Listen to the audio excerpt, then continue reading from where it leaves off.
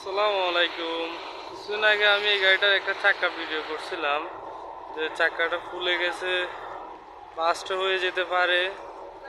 তো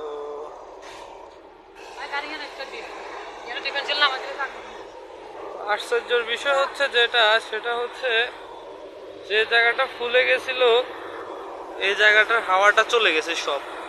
হ্যাঁ, হাওয়াটা আর একটুও নাই, কিন্তু চাকাটা এখনো বাস্ট হয় নাই, এখনো স্ট্রংলি দাঁড়ায় আছে। কি হয় না হয় বলতে পারতেছি না। আর মজার বিষয় হচ্ছে এটা, তার পাশেরটা, এটা চাকা হাওয়াগুলো সব চলে গেছে।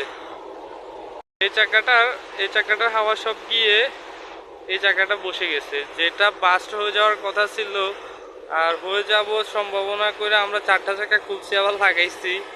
তো এটা যে ফুলাটা ছিল এটা ভালো হয়ে গেল, ভালো তো হয় নাই, ফাইটা হাওয়াটা বাইরে গেছে কিন্তু চাকাটা এখনো হাওয়া আছে, স্ট্রং।